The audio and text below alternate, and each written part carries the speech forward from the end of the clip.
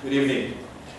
Firstly, I'd like to thank the Debating Society for giving us the opportunity to be here tonight. Open Stellenbosch for the arguments as well as the invitation. We appreciate it. I'm going to address you today in English. This was a request from the Debating Society. Because once again, Afrikaans speaking students and people were not accommodated to be at this debate. No interpreter was arranged at all. Bear with me. So from myself, I'm an AfriForum-Jeug representative, alumni from this university, graduated in 2011. And the reason for me being here today, and not the students on the ground, are because of constant intimidation, victimization and attacks of our students on ground level. Physical attacks.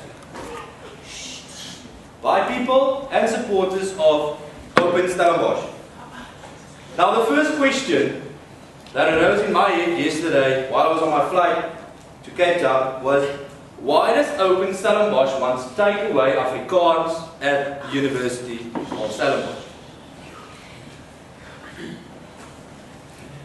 The answer to that question is very simple. They feel excluded. This is not true at all. You have the freedom to choose to go to any university you like, any school you like. You have the freedom for that. The mere fact that Open Stellenbosch is here arguing tonight as students is proof that the University of Stellenbosch is not excluding them at all. They are here, they are participating, they are students. This is also done, the same argument was with Reform Pik in Potch, where they said Afrikaans is excluding the English-speaking students. That's not at all true. There's 8,000 registered English-speaking students at the University of the Northwest that does not have a problem with the model and the way it's been implemented. There's over 30 universities in South Africa, technical colleges, all of them are English at this stage. The only universities that we accommodate English, Afrikaans, is Bloemfontein at this stage, Potch, and the University of Stellenbosch. It's our constitutional right to have tertiary education in the language we choose, as well.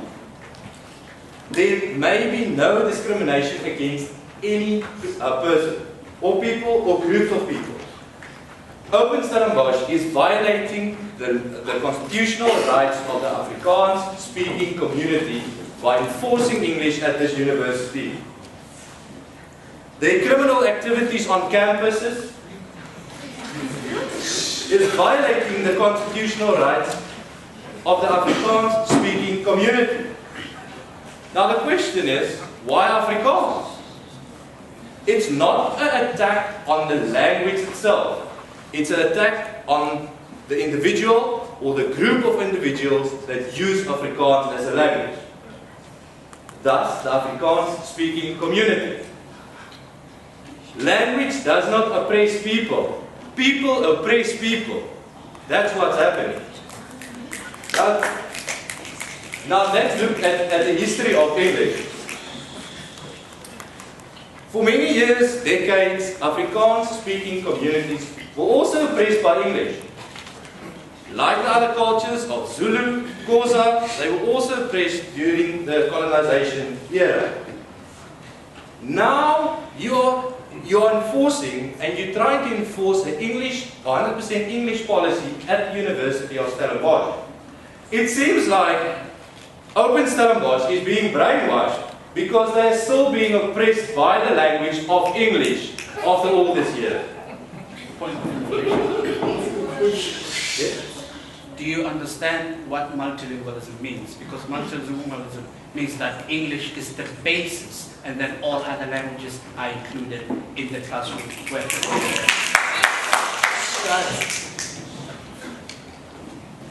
If you listen to my speech further on, you'll maybe understand that. There's a constant attack on Afrikaans, culture, and heritage. The University of Stellenbosch I'm an alumni myself, is a successful institution with high standards, excellent personnel, excellent degrees, with international accreditation and reputation. Why do you want to break this down? Let's work together and improve the University of Stellenbosch. How do we do that? Why? Transformation. Transformation is a concept not entrenched within the Constitution. No discrimination may be made against any person against his race. This is a political mechanism to target a specific group of students, thus being the Afrikaans-speaking community. Examples. Afrikaans Universiteit, UJ. Traditionally they were Afrikaans speaking, they changed the language policy, Afrikaans was taken completely away, or almost completely away, they changed it to UJ, and now there's no Afrikaans tertiary education that is applicable or can assist students at that university. We don't want to do that. We're not saying we're against English. Thus, let's develop all 11 languages entrenched within the Constitution. There's 11 official languages. Let's develop it, let's protect it, and let's work together. Afrikaans is the only developed indigenous language in South Africa. Let's use that as a model to take on other indigenous languages like Xhosa, like Zulu. We develop it and we see if we could work together, because we as South Africans must be proud of our heritage as well as the languages that arose out of our society. Why destroy Afrikaans at the University of Stellenbosch? This is a model to use and see how we can improve. We can use this model to develop other indigenous languages like Xhosa, like Zulu.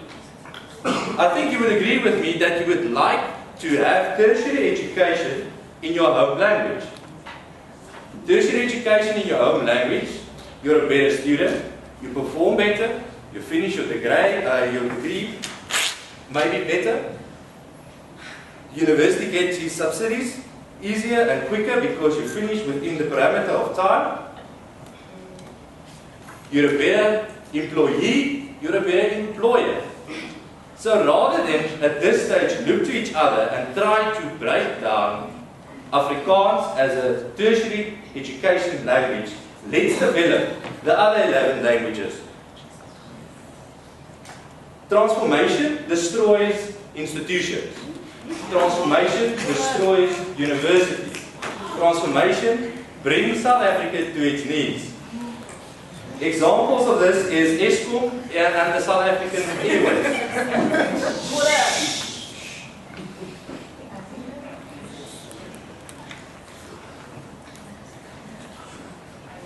AfriForum-Jeug is against transformation because it classifies people with regards to their color. This encourages corruption, fraud, and so forth. There's external pressures like the state, the ministers that you need to take into account, and this got a ripple effect on the university, administration, and the management thereof. Let's take the courts, for instance. I'm a practicing attorney. So let's take the courts as an example. I've done criminal work on several cases. Presiding officers and judges refuse to proceed with criminal matters if there is not an interpreter for the accused or either witnesses or attorneys or the presiding officer home language. Even though I get up and I say, Your Worship, the accused understands English fully. They say no, it must be interpreted for the home language. That is what AfriForum-Jeug is standing for. We're not fighting against English. We're not fighting against any other language.